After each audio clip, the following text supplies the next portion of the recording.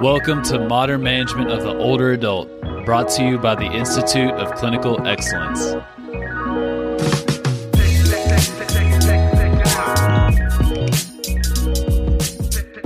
Welcome to the PT on Ice Daily Show, brought to you by the Institute of Clinical Excellence. My name is Dr. Jeff Musgrave, Doctor of Physical Therapy, currently and proudly serving in the Older Adult Division. So what we're going to be talking about today, I did a quick post about this, I think it was last week, about SMART goals. And I think there's a lot to be gained through being very smart with our goals. Specific, measurable, achievable, aggressive, realistic, and time-bound. So I know we're all busy. We're trying to do the best that we can with the amount of time we have as clinicians treating our patients. But I truly believe if we miss this part of care for anyone, and we don't get this part right, we make our job programming harder. We have mismatched expectations between ourselves and our clients. Ultimately, it's going to impact our outcomes in a really big way. So let's break this down, kind of what this means as far as SMART goals, just in general, and what we can learn from being more specific on this front, starting a bout of care. And just to put a little bit of Jerry bent on it, because it is Wednesday, so it's Jerry on ice. Specifically with our older adults, they rarely get listened to well. They've got short treatment visits. Providers usually walk in with a diagnosis after a tech or a CNA has talked to them, or they've got imaging studies. No one's really listening to older adults. So doing this well can also set up some therapeutic alliance. So if you screw up in the future, it'll be a lot easier to make amends and move forward with a strong therapeutic relationship with your clients. So specifically for older adults, but this is going to relate to everyone that you're treating. So when we're breaking this down, the S is for specific, So we want to make sure that we've got a clear functional goal that relates to the exact conditions, that our client is really interested in getting something done or changing their life. It's got to be clear to the patient.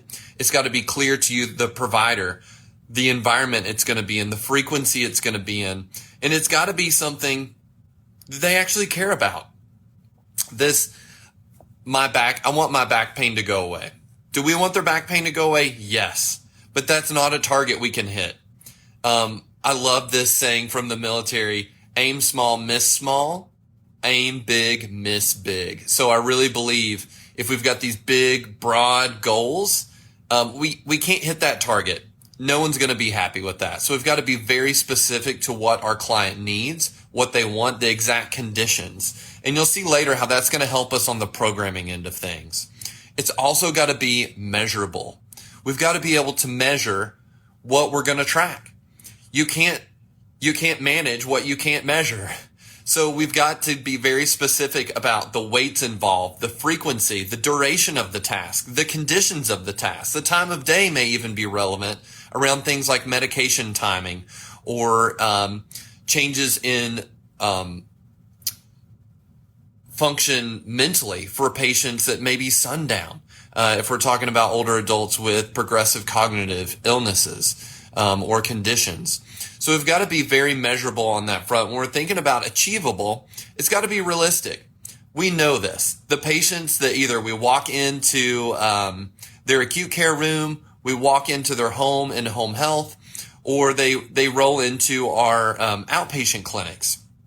They all have vastly different expectations for how much they're willing to give us, how much time they have to give, how much money, what type of resources, what kind of support, what their mental health is, what their sleep hygiene is, what their ability to get their hands on healthy food is like. All these things are wildly different for each client that we treat, and it has to be part of this picture.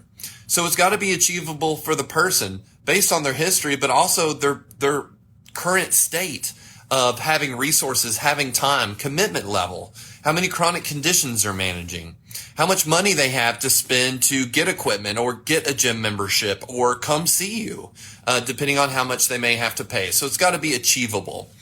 One of my favorite additions to the AA version of the SMART goal is aggressive. So I think this is where we can really set ourselves apart by setting aggressive goals. So we want our patients to have a goal that is worthwhile, that's something that's actually interesting, something that is worth their time achieving. And I think when we help them know, hey, I am on your side. I want all the details. I want to know exactly what you want to do, why you want to do it, and I want to help ride that ride with you. I will guide you on that journey. And how quickly do we think we can get this done? That's where the aggressive piece comes in, where I think we need to do two things here. Once we pick that meaningful goal, we've got to set an aggressive margin, because I think we've got to build some reserve, right? If we're just barely able to do the life-altering goal or the thing that is going to bring meaning to our older adult client, and they can just barely do it once, if they lose any of their routine, they're not going to be able to do it anymore. So I say aggressive from the standpoint of we've got to reach beyond doing it once. We've got to build some reserve into our goal for the patient so they can continue to do it with ease. We want to make that goal become easy. That goal that feels like it's so hard, I don't know if I can do it. But if I could, it would change my life. When we're thinking aggressive, we're thinking about that, from building margin, building reserve, from really dreaming a little bit. And then the second piece is we want an aggressive time frame. And time bound is already in the SMART goals, but I think it's important that it's aggressive. A goal of, we can probably get that done in, a year or 2 years, but make it aggressive enough that it's like, man, my life could be different in a couple months. Man, that sounds exciting.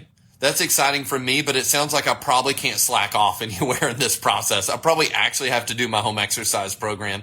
I probably got to actually listen to you. I better show up. I better not plan a bunch of vacations or knock off sessions or homework. And then us as clinicians, it should make us a little nervous. I think if your palms are a little sweaty thinking about trying to get that goal done, it's sufficiently aggressive. I think that would be a good earmark. And then realistic. Based on your patient's history, oftentimes with our older adults, they're somewhere on the spectrum of frailty where they've got decades of comorbidities that have stacked up, compounded by sedentary behavior. And we really have to take a step forward and try to figure out how we can make this realistic, like make this happen. How much time is it really going to take based on their history? How long to chip away at those bad habits, those bad behaviors, while still knowing we want to set an aggressive goal? So we've got to keep in mind their commitment level. How often are they going to be able to afford or come to the clinic, or how often am I going to be able to see them? How many players need to be involved to really get this thing done? Maybe you're in acute care or you're in home health and you've got to pass a baton to someone else that you trust. And this process may take a long time. And most of our patients, if the goal is meaningful enough, if it could change their life in some way, then they're going to be on board. They're going to want to do that. But it's okay for it to be realistic, but it still needs to be aggressive to get everyone excited. And then the last piece is time bound. So what I'm going to do, we've went through all the specifics of what SMART stands for, but I'm going to give you a practical example to close this out. And I think this will be a little more interesting and probably helpful if this is new to you. So oftentimes we get patients like Betty. We're going to say Betty is a 78-year-old lady who lives alone. She has family. She's got a granddaughter that she loves to interact with. We're seeing her in home health. She's a home health patient. She needs support to leave the home and is exhausted from that effort, but has a strong connection with her family. So we asked Betty, what's your goal for home health? You just came out of the hospital from pneumonia, but what do you really want to be able to do? What would get you excited? And all she gives us is, I want to get stronger. Okay, stronger. Great. Where? How much? How often? To do what? So we always have to dig a little deeper, right? If we try to build a program around get stronger, everything's right, but nothing is right. We could make our upper body stronger, or lower body stronger. How much? I mean, there's just no specifics to aim for. So programming is miserable. You're just guessing. You have no idea if you're going to meet the expectation or make any meaningful change in her life. So we may have to dig a little deeper. It's like, what would be different about your life if you were stronger? Or where would you put that new strength into play? Or who would you use your strength for? or with? Or what type of activity would you do if you were stronger? So after we dig in, we find out, man, Betty loves playing with her granddaughter. Her granddaughter at this phase is playing with toys on the ground. She actually has a playroom dedicated to her granddaughter.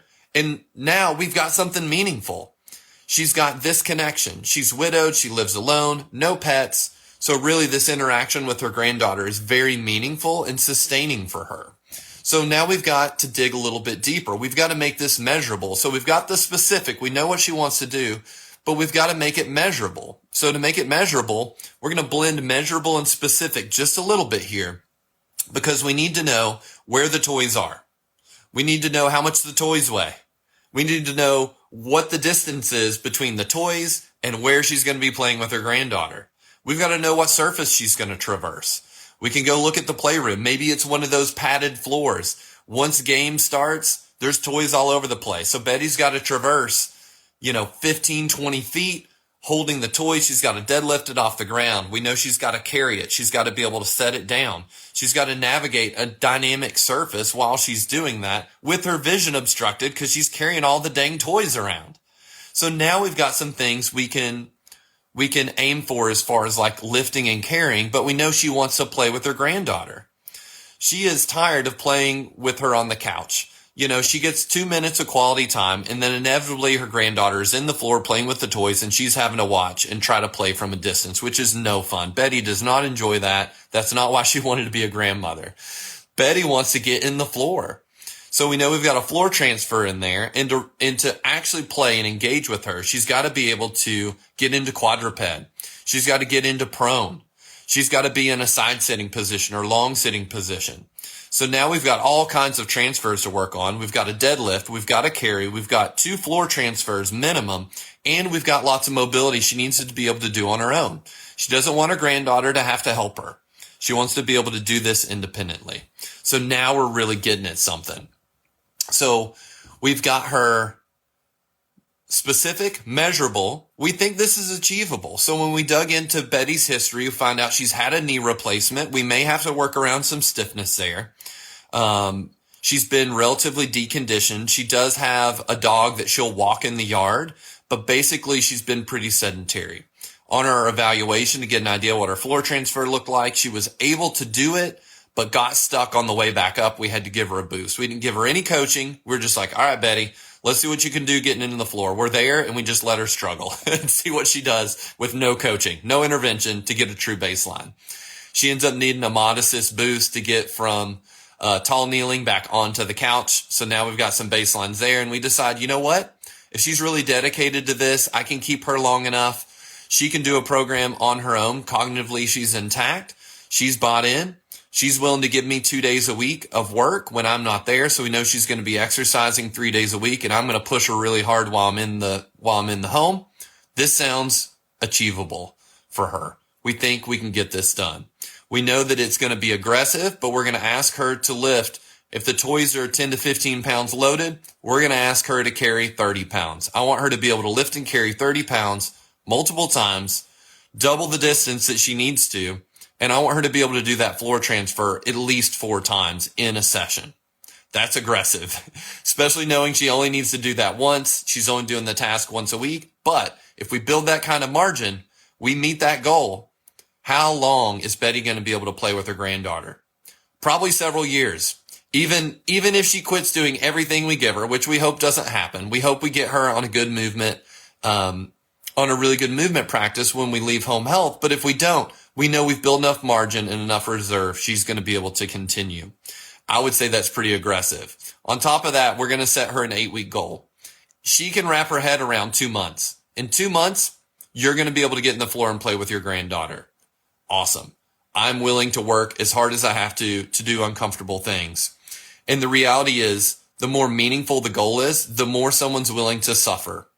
Whether that's physically suffering through soreness, being out of breath, getting sweaty. A lot of our older adults are used to getting sweaty in their sessions, challenging their balance or doing things they're fearful of. If we dig deep enough here, we set some aggressive goals, but we pick the right goal, people are going to be willing to suffer for it or give some more money to come to sessions. It may be financial suffering, But if they see the value in it, they will do it. They will show up for you. They will work for you.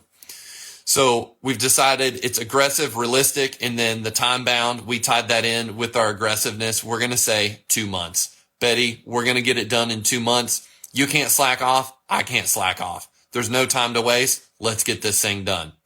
Team, I hope that was helpful. That's my interpretation of SMART goals. So SMART goals were originally created by George Duran in 1981, and then the SMART with the double A, with my favorite piece, the aggressive piece, that was DK Smith. So rip those, put a little rehab spin on it. I hope you enjoyed it. If you're interested in connecting with us in the older adult world, our next 2 online 8-week courses launch just around the corner. I mean, just a couple weeks away. We've got level 1 launching on October 16th. On the 17th, so level 1 on the 16th, and then level 2 on the 17th. If you want to join us live, we will be on the road in Michigan on the 12th, and I'll be in Pennsylvania in the 12th. I know we've still got some seats in both of those, so if you want to catch us live before it gets into the holidays, hop into an online cohort, hop on to a live cohort.